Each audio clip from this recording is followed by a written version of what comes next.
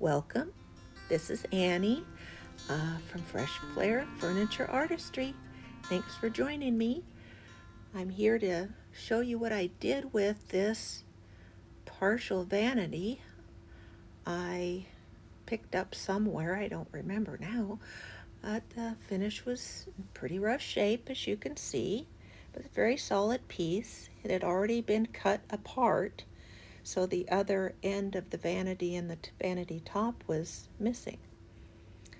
I looked it over and realized that it was going to need a new back on the drawer, top drawer, and there was a missing molding, maybe some decor or possibly an old mirror that was attached to the back.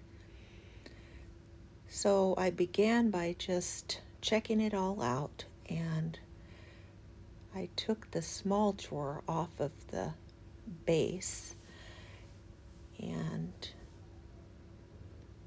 it was in really nice shape. It worked really well, but I had to figure out what I was going to do with this corner that had this special molding that was left when they cut off the rest of the top of the original vanity.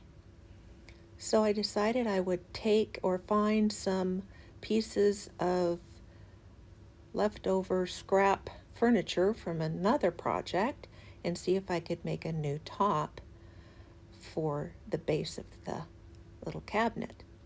And here I am just kind of thinking about how that's going to work out.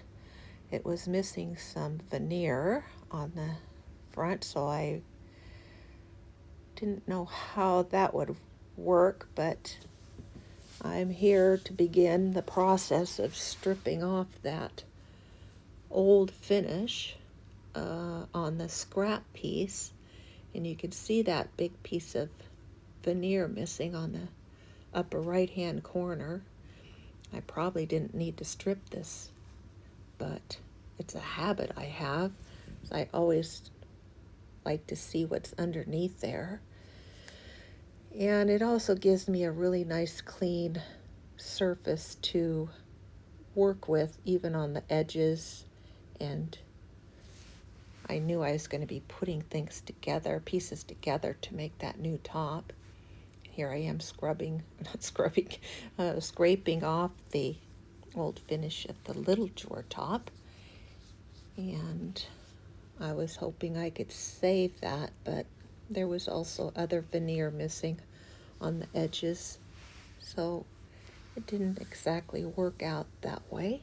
I'll show you what I did instead. It's always just kind of like a process where you start out with an idea and then you see what you really have to work with and what's going to end up working out or not. Decided to take off the old finish everywhere on this little drawer top to see what was there.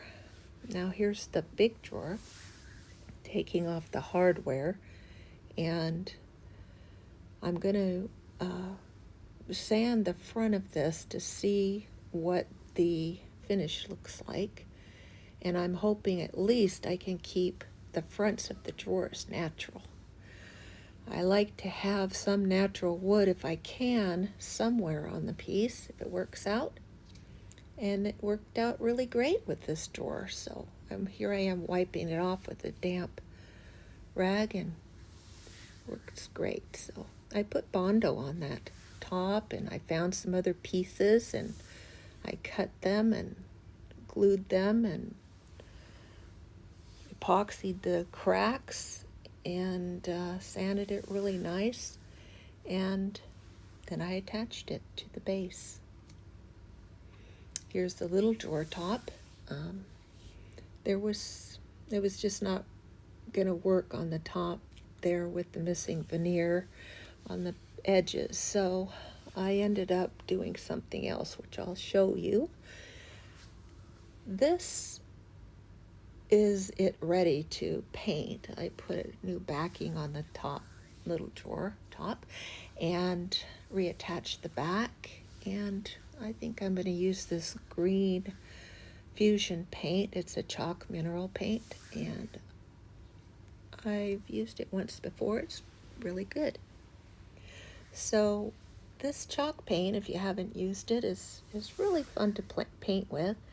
It's water-based, and you can spray it and blend it, and it dries flat, which I really appreciate, because then I have the choice of what I want to do with the finish in the end, whether I want it to be satin or glossy or flat or whatever.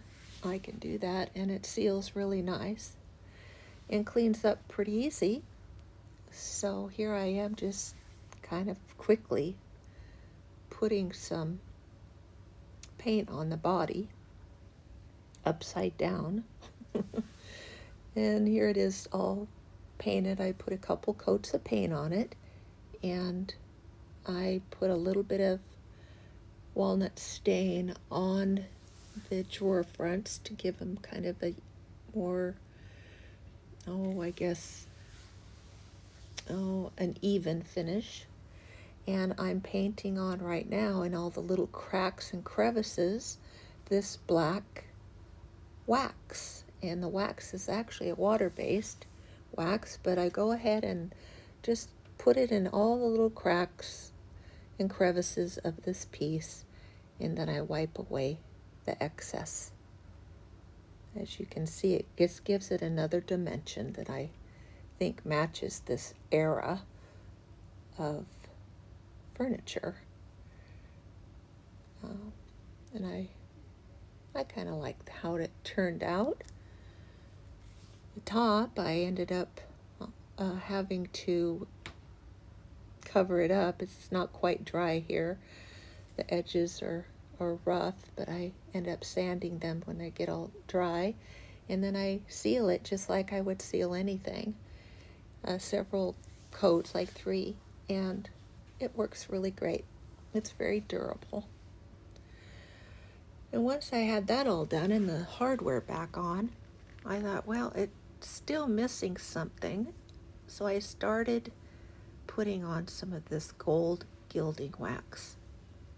And it's easier to put on with your finger. It dries really quickly, and it just enhances the molding. So to remind you what it looked like before, here it is, a couple of photos I'm going to throw back at you, and then here's what happens now that it's finished.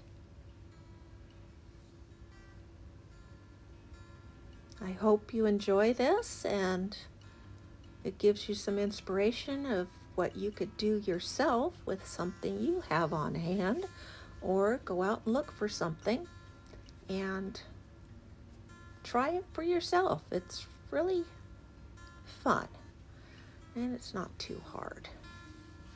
So I thank you so much again for subscribing, for those of you who have. I'm just so surprised every time I get another subscription.